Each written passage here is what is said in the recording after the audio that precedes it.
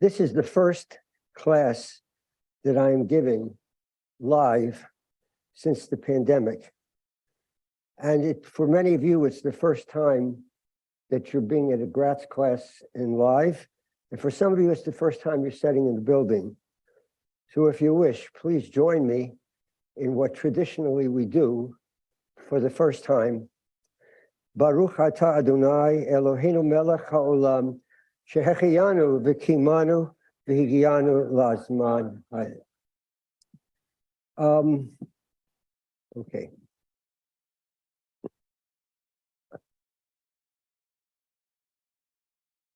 This is a trick question. What is the most important prayer in the Jewish religion?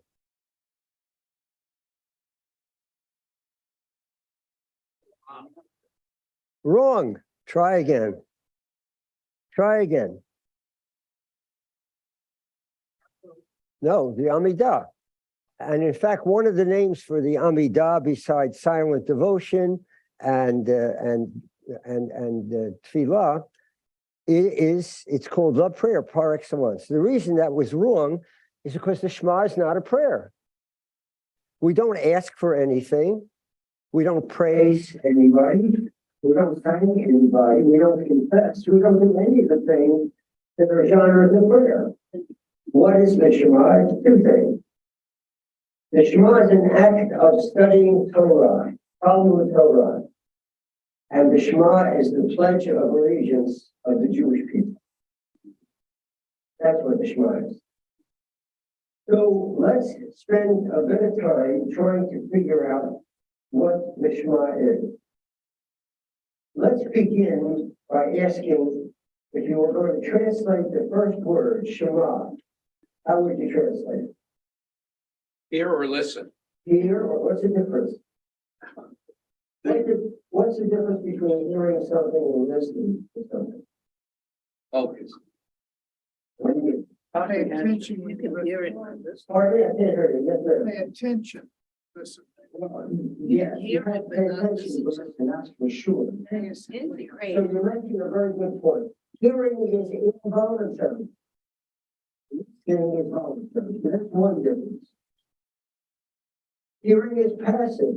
Listening is active. Okay, so Shema means hear means listen. What else does the word Shema mean?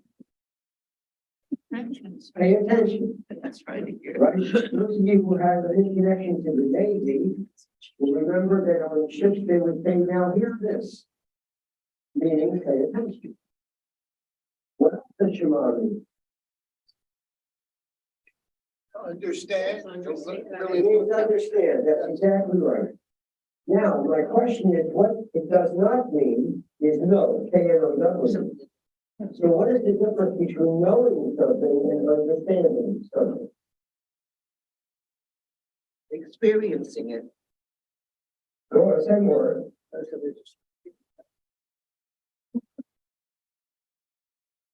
Learning. Well, you need to learn to know something. I think more to, I mean, without, the difference is to really understand is really gaining, you know what I'm saying, really, incorporating it in your head and really focusing on the true, meaning of it. Thank you. When you understand something, you can explain it, right? You can give reasons for it. It's not just something you memorize. But now the question is, how does one get to understand? What do you have to do in order to come to understand? Tell me from your own personal experience. If you're trying to understand something, what do you do? Study. You study it. What else do you do? Analyze. Question. Yes. And that's very, very interesting. It means the first word of the Jewish Pledge of Allegiance is an invitation to inquiry, to asking questions. And those of you who have the pleasure of studying, say, Talmud, know that every page of the Talmud is basically an answer to the question of how do we know this is true? How do we know this is true? Asking questions is essential. Now that's interesting because there is a tension between inquiry and commitment. Compare this to a Christian statement: believe in me and you will be saved. That's a very different, I'm not saying better or worse, I'm saying different. The Jewish Pledge of Allegiance begins with a word which invites us to ask questions. Now, that's risky, because if you begin a process of inquiry, you don't know how it's going to end. And there were lots of Jews who began to ask questions and couldn't find answers and walked out. I want to remind you that whereas Jews constituted a significant part of the Roman Empire in the first century, by the 16th century, there were only 1 million Jews in the world. Now they didn't all get killed. Some just walked out. And I don't judge them, because every day you were Jewish in Christian Europe, you were risking your kids were at risk. At any rate, let me exemplify why I think that this emphasis on inquiry is so important. Many of you are familiar with the first bracha of the Amidah, our most important prayer. And you'll recognize the word Ha'el, Hagadol, Hagibor, Hanorah. God is great, mighty, and awesome.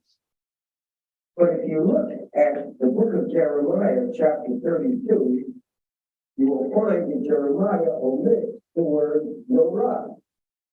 He just said Ha'el, Hagadol, Hagibor. It's a Haftarah, by the way. It's a Haftarah for Parshat Bahar. Well, the rabbis were kind of outraged that if you're going to quote a verse in the Torah, which is where that verse comes from, why do you omit the word Norah?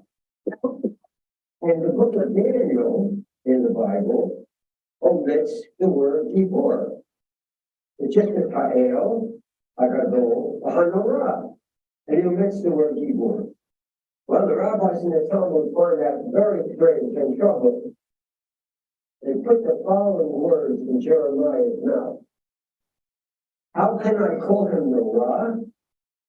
Didn't the Babylonians destroy the temple? Where was his awesomeness? And they put the following words in Daniel's mouth. How can I call him Gibor? Look at all of our boys who were killed.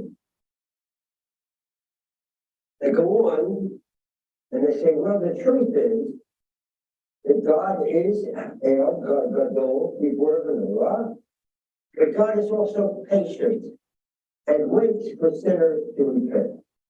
Okay. We have a theological question. We have a theological answer. That should have been the end of the story in the Talmud. But it's not. Because the rabbis go on to say, but didn't Jeremiah know that? Pardon me, didn't Daniel know that?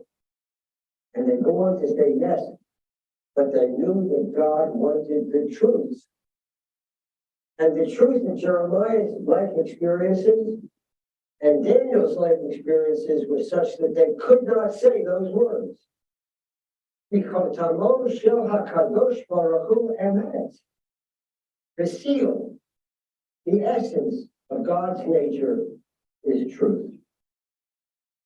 Now, being personal for a moment, like many people in this room, I have had my share of tragedy, although I've also been blessed. I have lost a wife and I've lost a child. And during the time that I mourned for my wife and for my child, I knew that I could be angry without feeling guilty. That in an honest relationship, there is room for anger, even against God. So what I'm telling you with the story, that in Judaism, there is an undying tension between inquiry and commitment. On the one hand, We are being taught to believe, to stay loyal, and at the same time not to hold down, not to deny, not to avoid the questions, the very real questions. I know there are people in this room who are survivors. They certainly know that there are questions. So to finish this part of it, the Shema is an invitation to inquiry, to ask all the questions that you have without feeling guilty. Now, let me go on and ask a question. When you say the Shema, who's talking to whom?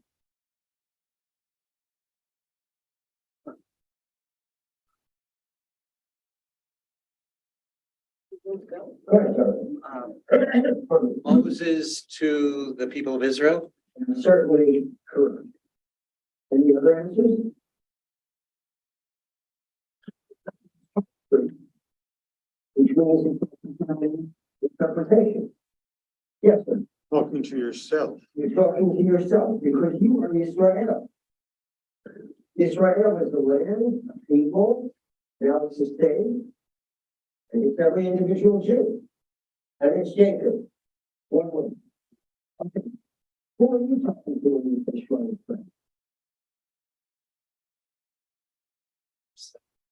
Talking to yourself. Yeah. Anybody have a different answer? Yes. God? Talking to God. Anybody have a different answer?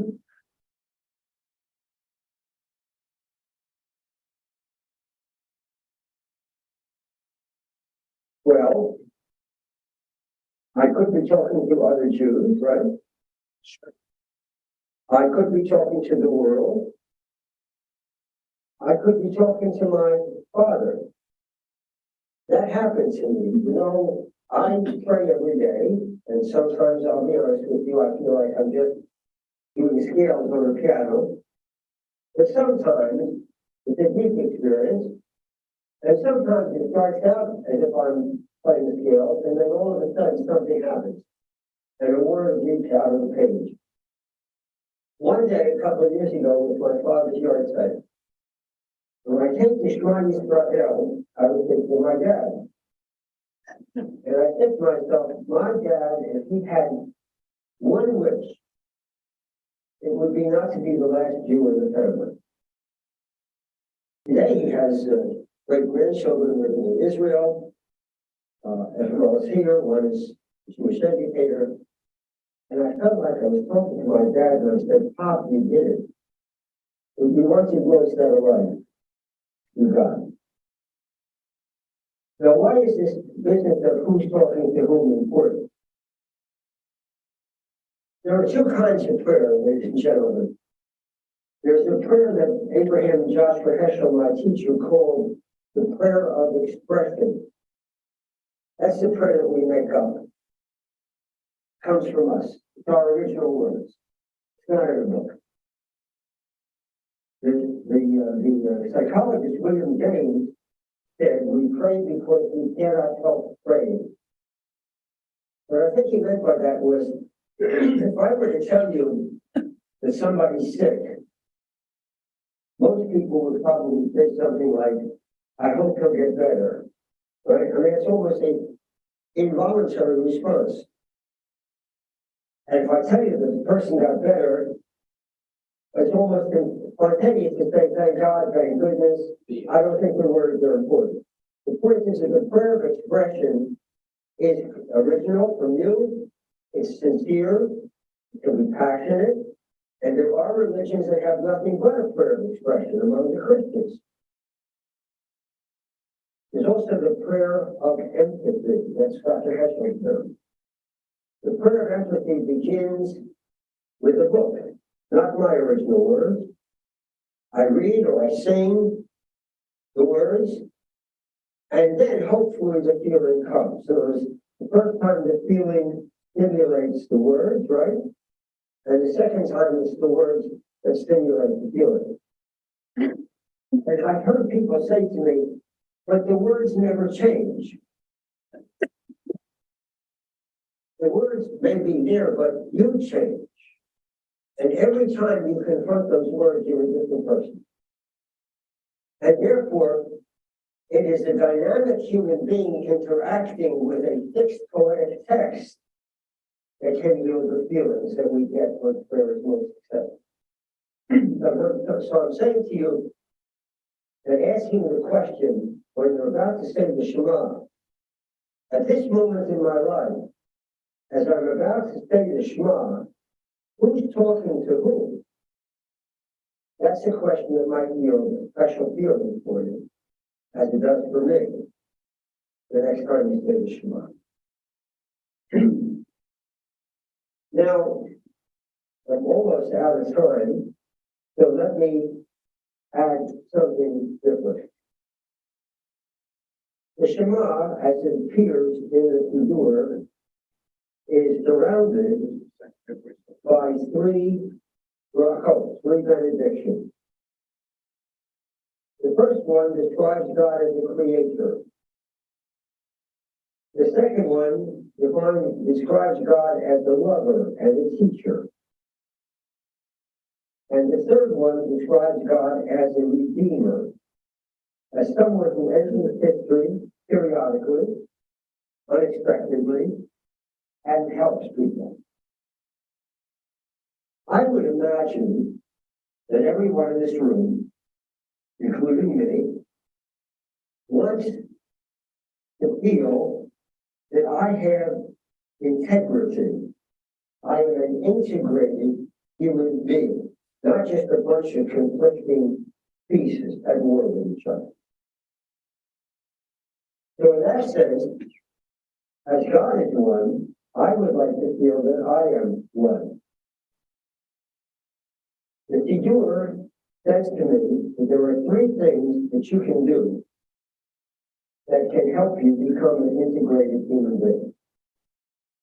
The first is to discover the potential, the fulfilled potential and the unfulfilled potential that resides in every one of us. Some of us are creative with people. Some of us are creative with ideas. Some of us are creative with institutions. Some of us are creative with our hands. But all of us have the potential to be creative. John Kennedy, the president, once said, everyone must find an arena in which to spend himself. We'll repeat that, I'll come back to it. Everyone must find an arena in which to spend himself. So the first bracha describes God as creative, and if I have potential that was never fulfilled, there will always be a sense of tension and conflict within me, like I didn't do what I could have done. But that's not enough. Some of the most creative people in the world were not very nice. In fact, some of them were horrible human beings. So the second bracha describes God as a lover. Every prayer in the Siddur that deals with love is very cognitive. It's about knowing and teaching and studying. In fact, when the Bible wants to say that Adam and Eve made love, it says, Adam yada et chava ishto. He knew his wife. So making love is not just a physical action as animals can do, but it is gaining an intimate knowledge. That's what really making love is about. So the second step towards becoming an integrated human being is self-knowledge, study, and loving. Finding at least one person in the world that you truly love, not in an instrumental sense, I get the Buddha would have it, someone I can take advantage of, but truly someone I want to experience and know and understand. And then you go back to President Kennedy, everyone has to find a cause. to attach yourself, to attach yourself to. To feel that I am contributing something to society, that makes me a redeemer. So once again, creation, revelation, redemption. Those are the three characteristics of God with which we surround the Shema. They escort the Shema. And for each of us, it is a stimulus to look honestly at ourselves and to say, what is it that I could be doing and should be doing and haven't been able to do? What is the way I express my love for the people most important in my life? What can I do to make the world better? So in a few minutes, I've tried to give you a series of ideas to contemplate. One is the Shema is not a prayer. It's an act of study, and it's the pledge of allegiance of the Jewish people. Two, the Shema is an invitation to inquiry. It validates all the questions that we have. A Jew must never feel guilty for having questions. Our tradition says, good. Ask your question. Struggle with the question. That's fine. When my wife passed away, I said to somebody, when I get up there, if I get up there, I have questions to ask. But I'm sure it's going to be a very long line. I've told you about two very important people in the Bible, the Hebrew Bible, who refused to say words that are part of our most important prayer, the Amidah. One would not call God Yorah, awesome. One would not call God for money, because their life experience didn't allow them to do that without being hypocritical. And the rabbis validated,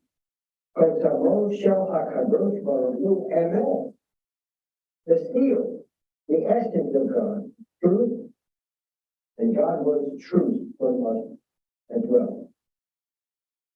And then I talked about the fact that the words that we say in the prayer book, although the words don't change, we change.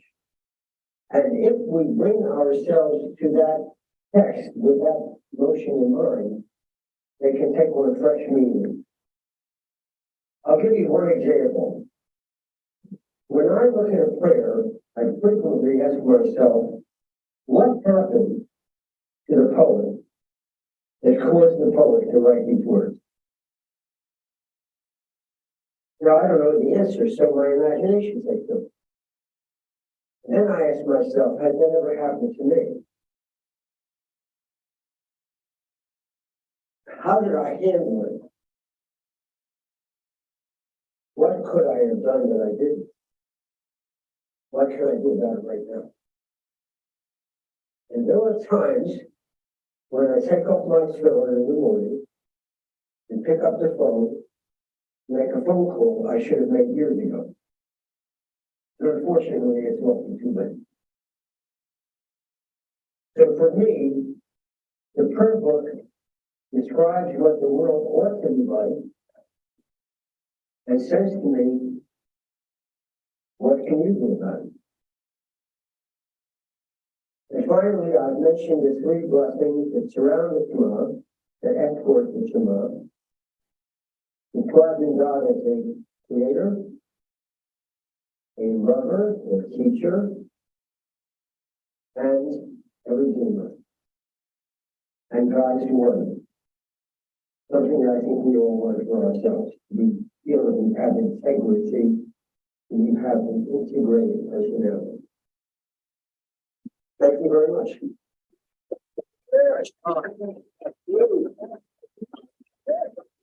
We can now take any questions. Does anyone have questions, or would you like to share an experience that you've had with the Shema about when you said it? That'd be good. Yeah, good. I have been surprised, puzzled, whatever the right word is, at the translations, the two translations that I have seen officially for the Shema. And I guess it's a matter of punctuation. Hear or listen, O Israel. Then you have the name of God is our God, and the name of God is one. And well, I was brought up in the conservative movement to say, basically, hear, O Israel, the Lord our God, the Lord is one. Whereas the Reform, and now I think a lot of conservative schools say, no, that's not how you speak Hebrew. It's, hear, O Israel, the Lord is our God, the Lord is one. So it's two declarations, two assertions. And I'm curious how you approach this. The translating, my Yiddish teacher is present here, so she can agree or disagree with me. But I think that translation is a very tricky thing because languages have their own unique way of communicating. And therefore, anytime you translate, you are almost inevitably distorting in some sense the original text. I think most translations are just as all of these words here, listen, pay attention, understand. The text is patient of all of those translations.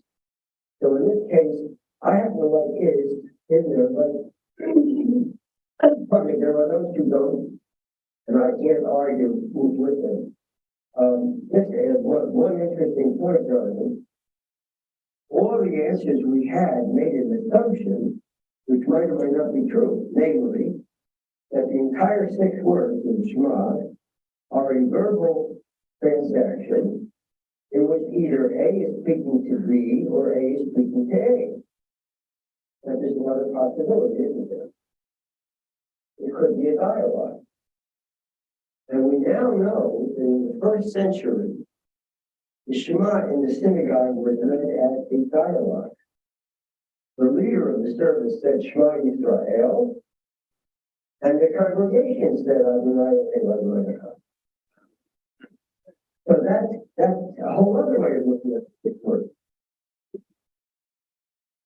That's the most I can say about that. Thank you very much, John.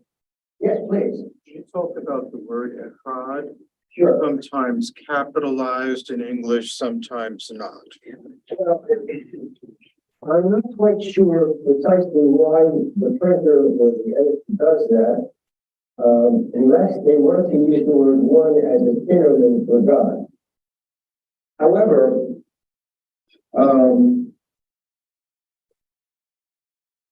you could translate the word as unique. There's more, once you get a translation, it's tricky, and so it's very difficult to say this is a precise translation. There are those who say it should be the word God, the word is one God. Another possibility. I've heard the word one as meaning the source, the beginning of all. Well, it's poetry. It's poetry. So you really have so much elbow room to work with in dealing with a poetic text. You're not locked in. And I find that a virtue, but depending on my mood, I might want to shoot it one way and see another way. Yes, Why is the Shema the last prayer usually said as someone's dying? or the first prayer with these little children. Why? That's a very good question. Very good question. I've always wanted it that the most important prayer because that's what makes us unique that we believe in one God. Okay. I would say, Relating to our faith, validating our faith. yes, I think that's exactly what it is. When a person at the last moment of life is saying, this is who I am. This is what I believe. And Judaism is very funny. Compared to other religions, we almost never have excommunicated somebody for what they believe. When the community has rejected somebody for what they do or don't do. In that sense, theology plays less of a role in Judaism than it does, let's say, in Christianity, where it's very important or very central. And but I think it's a form of saying I am a part of the Jewish community. And from the first moment to the last moment, that would be my take on it. Thank you, Andy. Yes, please. It sounded like you're saying that a Jewish person should feel guilty if they feel contentment because you should feel guilty if you feel contentment because you're questioning what more can you do? How could you have been better all the time? That is a great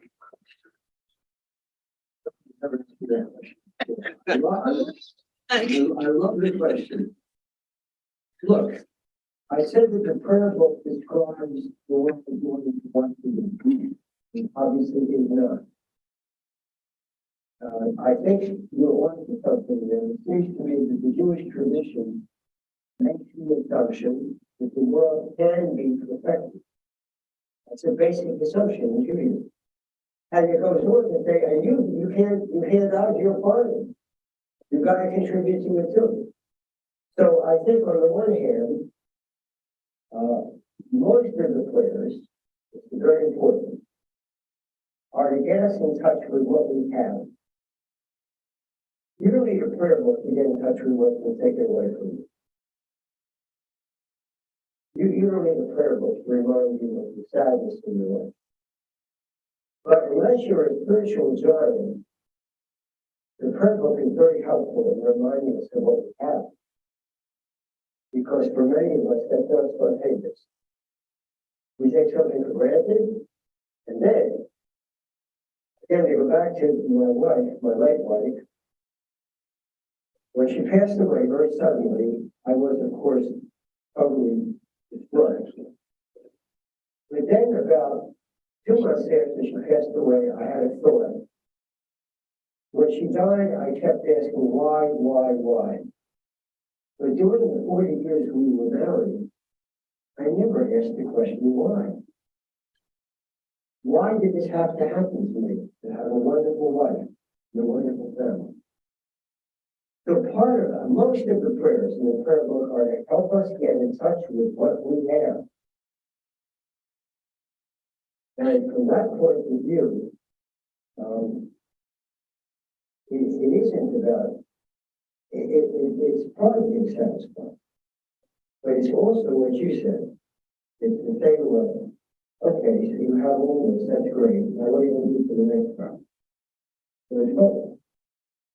So, yes, this is my Yiddish teacher reader. Go ahead. So about the question of why, may not be able to get through this. When my mother passed away, she was very young and I was very destroyed. I need to get through this. And the rabbi came to talk to us. And I said, why did she have to die so young? What is the answer to that? She had a whole life yet to live and so many good things to do. Why? And the rabbi said, I understand you're destroyed, but you cannot ask why. I don't agree with that. I never got an answer, and I'm wanting to know what is your interpretation of that. Certainly, that's one answer that we have a right. We have a right standing. We have a right to question. Now, let me give you a quick Hebrew lesson. There are 2 words in Hebrew for why, and they don't mean the same thing. One is madua. Madua is a question that asks for causality. The word madha in Hebrew means science. Why does ice float? The madua question. Why did this have to happen to me? It's not a scientific question. It is an ideological question. The purpose is the meaning of this. And when somebody suffers tragedy, they're asking a lama question. And for the idea question, I know why my wife. I understand exactly the circumstances of how she died. But why she had to die? Many times you have Well,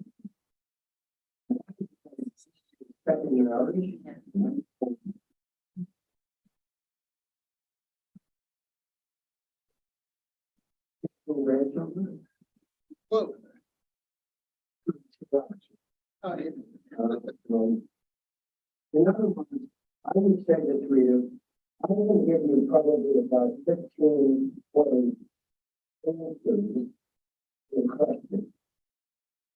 You didn't come out of the university, you came out of one. If we want to be true in a specific situation, let's give you a question. Somebody wants to have a season. If you don't have a season, it's much more in your situation, you don't know if you can drive.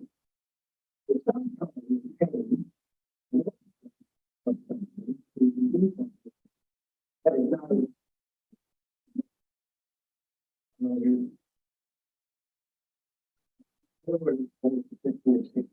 that would be a whole different fun. But simply saying to you, pardon, I don't know the answer. I only know that you are validating the meaning of her life and what you do, the teaching that you do, and the joy that you spread and study here, because you get born. And sure, when we get to heaven, she smiles every time we have a fun. Yes, please, Amy. Why do we cover our eyes for the Shema? Oh, that's a very good question, Amy. We do it because the Shema, the mitzvah, and it is the mitzvah to say the Shema, is to do it with kavanah. Now, kavanah is a value word that you need several words to translate. To pray with kavanah is to pray with intention, with attention, with concentration, with meaning, right? So this is supposed to shut out what's outside of you so you can focus on the meaning of the word. When I lead the service in the synagogue, and when I pray alone, I always say the words very slowly. But I want to focus on the meaning of each of those words. Come on, you're Jewish. There must be other comments and questions. Somebody wants to argue with me. Come on. Pardon. Yes, sir. Just following up on covering your eyes, but you don't cover your eyes every time they say the Shema. Yes, even in Kedusha. No. Most synagogues do it, Very good. right? You're correct. You're mistaken. I mean, the main part of the Shema that had. Stay conscious, why do we thank God for taking him away? Well, the Kedusha is the height of the mysticism. We are in touch with two amazing visions. And I'm focusing on that. So, the different books. So they're asking me to ask this question. When we say Kaddish, why are we thanking God for taking him away? We're not- Or her away? we're not- You're thanking God. No, you're not. Yes, you are thanking God, you are praising God. You're praising God. And the Kaddish is the challenge because it has a series of praise words, one after another. Header. If you finish saying the last word, the next words are the Meidikun Shah Barichu. Le'ela, we call the Chatav. God is above and beyond everything I've just said. All the pleonasms are nothing because God in the end is a mystery. So after having praised God, you acknowledge the fact that we cannot know him. That all our attempts to describe and define God are incomplete at best. Now why do we do this? The Kaddish is a form of what is called Hebrew Hashem, sanctifying God's name, which is a public act. When you get up in the synagogue and you say Kaddish, you are saying to the people in the congregation, I am still with you. I am still with you. I have not left the people because of the tragedy. And when they make the response, which is the most important part of the Kaddish, the Shema, they are saying to you, We want you to know that you're not alone, that we are with you, that you are part of the community, even now that you suffer this loss. So I would say that it's an act of affirming our part of the community. There's also a tradition that says that the person who has died in some mysterious way benefits from the fact that you say Kaddish. Well, it is a message to the community that your parent didn't raise a child who doesn't want to be Jewish. You're affirming the fact that you are a Jew, and that casts respect upon your parents' memory. All right? What? No? Okay, let's keep going. No, wait. I don't want you to just sit there. No, I hear what you're saying. I personally find it hard to be grateful. No, I can't even explain. Not grateful. It's being, it's affirming, and it's still part of the community. You still have something sports around you. You're right. Yeah. Really, it doesn't have to be done in public. But when you do that, you are performing what is considered to be the greatest mitzvah in the Torah. You are making a public statement that casts light and respect upon God's name.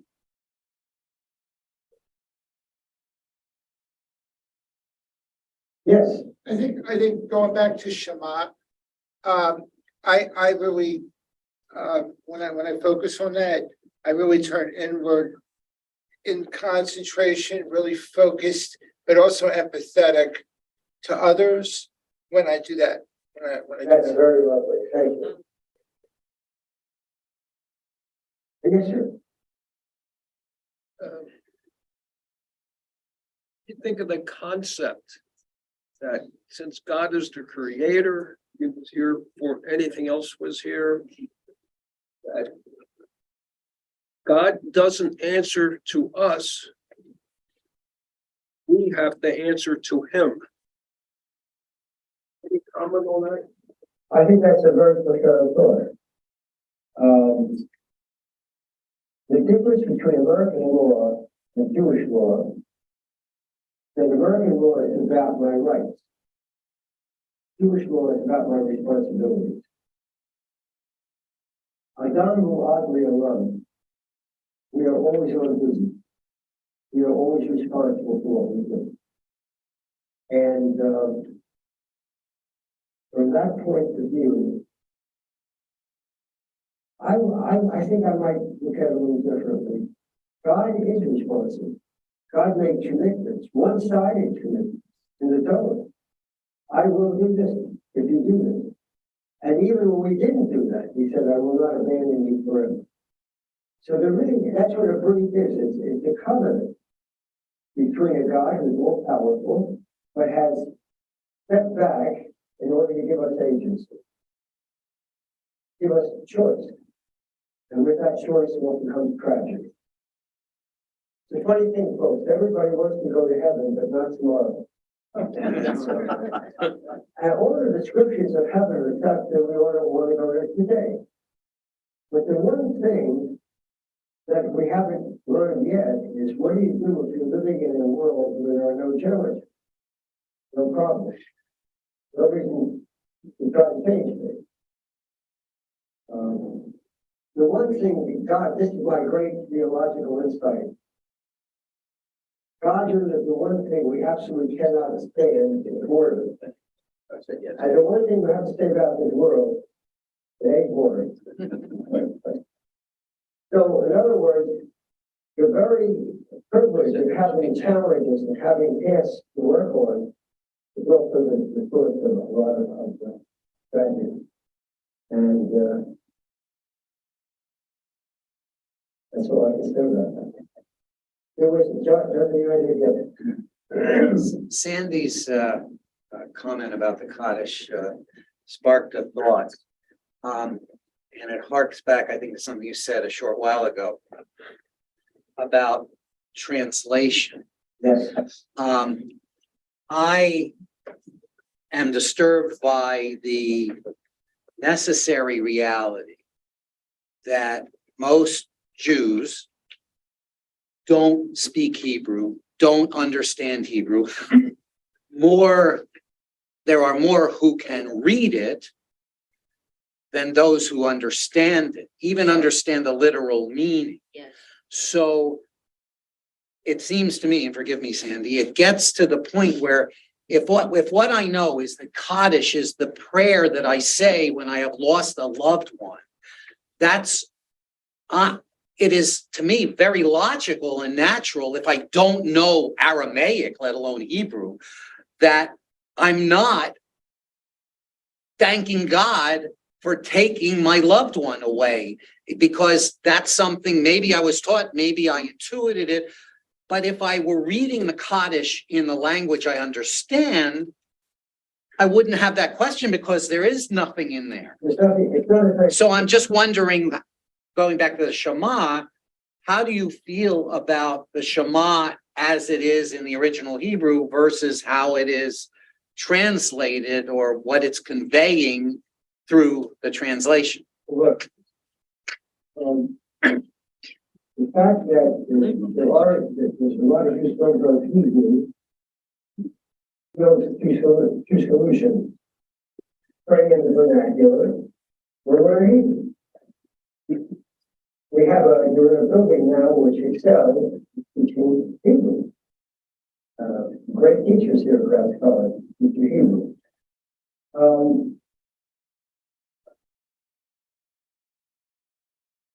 I think that reciting the Shema has an emotional overload beyond the word, the translation. As doing it in English certainly does not capture all of the richness of Hebrew. I would think that Jewish education, wherever else it's done, should be largely focused on teaching people to be comfortable in the synagogue, to know how to function in the synagogue. And that means, most basically, decode Hebrew language and to understand at least the value words. My Yiddish teacher and I have talked about the fact that there's a lot of Hebrew words in Yiddish. And one of the things that you will discover about in Hebrew words in Yiddish, they are what are called value concepts. Value concepts are nouns which cannot be translated adequately and are never neutral, either positive or negative. And you may have grown up where they pronounce the word tzedakah rather than tzedakah, but it's the same word. And wherever the Jews lived and whatever the vernacular was, they never changed the Hebrew value concept. During every language the Jews speak. So I think that there is a case to be made where the theology says reading the Hebrew poem in translation is like kissing a bride through a veil. So if this is like a commercial, come study Hebrew.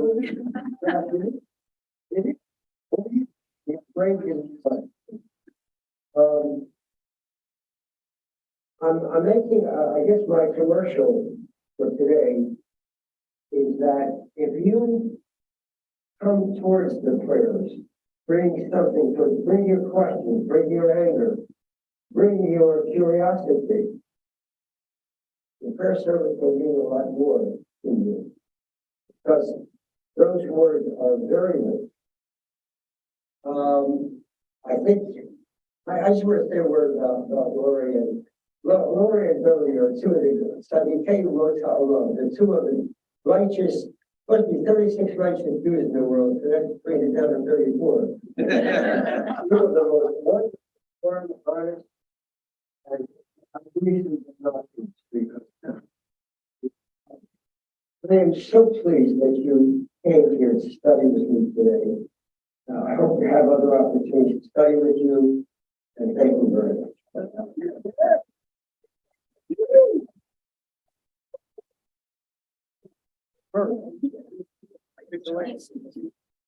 Thank you. My boss. He's my boss on the board. I don't think you know the org chart well enough. I'm Zev Elif. I, for the last year and a half, have had the incredible privilege of helping to lead Gratz College as its president. And for longer than that, I've gotten the privilege to know Dr. Saul Wachs. We did carpool this morning. I had a meeting that I made sure ended early enough that I caught most of it. I missed the Shachlianu, I'm told, which I think was a very powerful moment. The real Shachlianu was in 1975, even before that, but at least professionally, Dr. Wachs, Professor Saul Wachs, has been a part of Gratz College and being its neshama, another important word in this discussion. I actually taught the word kavana to the president of Lincoln University a couple of days ago, and then she used it in a sentence. She also used chutzpah in a sentence. That word she knew. Seinfeld took care of that. But Dr. Wachs has, in no small measure, has been the heartbeat or the neshama of Gratz College for now close to 50 years. And this is my first opportunity to see in person. So the Shapriani for me personally, just to see how you make people smile in a very magical way, you make people cry. You bring out everybody else's neshama. Is why, and this is not an official statement, but I see that Jonathan Levin is with us, who is chairing the Dr. Saul Philip Wachs professorship campaign. And maybe much sooner than your 50th anniversary, you will be there to invest the first Wachs professor at Gratz College. That's my brother. This is Gratz is we've experimented, I think it's fair to say, with in-person programming. This is, I think, our first program that is only in person. That's not on. We don't have it's not hybrid. We've made sure that this is a program to really bring Gratz back in person. Of course, it was abundantly clear that there was only one person who was going to teach us for that Shapriani moment. I checked it out. Gratz in person, somebody who is going to show That's on the life work of Gratz College. So there is wonderful programming, and thank you to everybody, all my colleagues who have helped arrange that and to come as well. And Calvin is here, of course. Lauren and Dodie do incredible things. I'm just glad to work with them. And we have many more programming, but it's particularly poignant and powerful that Dr. Wachs really bring us back to our physical space and all of you together, because you too, along with Dr. Wachs, are the neshama of Gratz College. Thank you so much. We made sure that we wanted to end appropriately, but I couldn't leave here without really offering my thanks to everybody and all of you. Thank you so much.